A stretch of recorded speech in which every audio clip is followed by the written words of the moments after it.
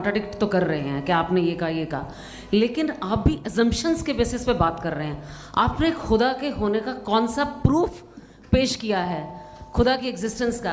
अब इस सवाल को अलग रहने दीजिए, कौन एथीस्ट है कौन नहीं है। और दूसरी बात जो आपने एक छोटी सी कही थी कि ये फ्री विल का इस्तेमाल करता है इंसान अपनी, लेकिन इस फ्री विल का इस्तेमाल में मतलब खुदा ने ये दे दी सबको ये इजाज़त कि वो कितना घिनौनापन और कितने ज़्यादा ख़राब से ख़राब तरीके इस्तेमाल कर सकते हैं। जब आप सुनते जी, आप फ्री विल को मानती है ना, या आप कहती है कि फ्री विल नहीं है ना, मानती है ना?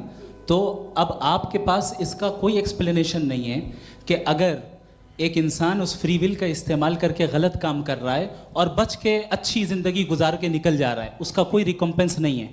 हमारे वर्ल्ड व्यू में जो इंसान गलत काम कर रहा है उसको भी रिकम्पेंस यानी उसका बुरा बदला मिलना है, और जो सही काम कर रहा है उसको सही बदला मिलना है।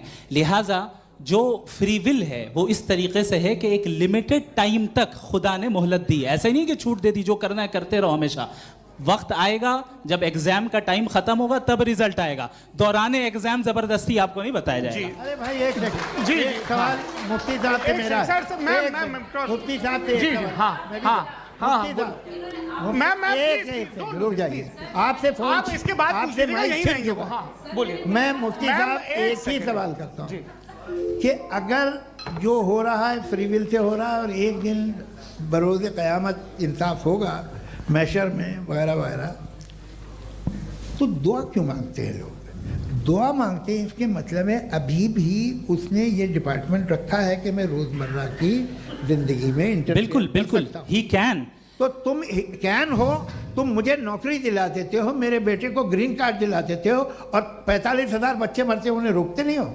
नहीं तो क्या आप ये कह रहे हैं कि इस दुनिया में जालिमों को कभी पकड़ ही नहीं होती है? अरे जो भी पकड़ होगी वो बच्चे रोते हैं। बिल्कुल, देखिए मैंने अपने ओपनिंग स्टेटमेंट में यही कहा था कि जनाब जावेद साहब सिर्फ इमोशनल आर्गुमेंट देंगे। This is an emotional argument. ये छोटे मोटे इसके पीछे का रीजन मैंने बताया क्या है, इसके पीछे का रीजन क्या है मैंने बताया। मंच से आप लोगों को सज्जनों इसलिए कह रहा हूं ताकि थोड़ा सा आपके कॉन्शियंस पे जोर रहे कि आपको ऑर्डर बचा के रखना है। वक्त तय हुआ था, ये वक्त पूरा हुआ, आपने इतने धैर्यपूर्वक सुना, मैं आप सबका बहुत बहुत शुक्रगुजार हूं। यदि इन दोनों विद्वानों की इच्छा होगी तो कभी हम इस बातचीत का राउंड 2, राउंड 3, यही तो देखिए खूबी है इंसान की कि बहस मुबाहसे में वो पड़ा रहता है।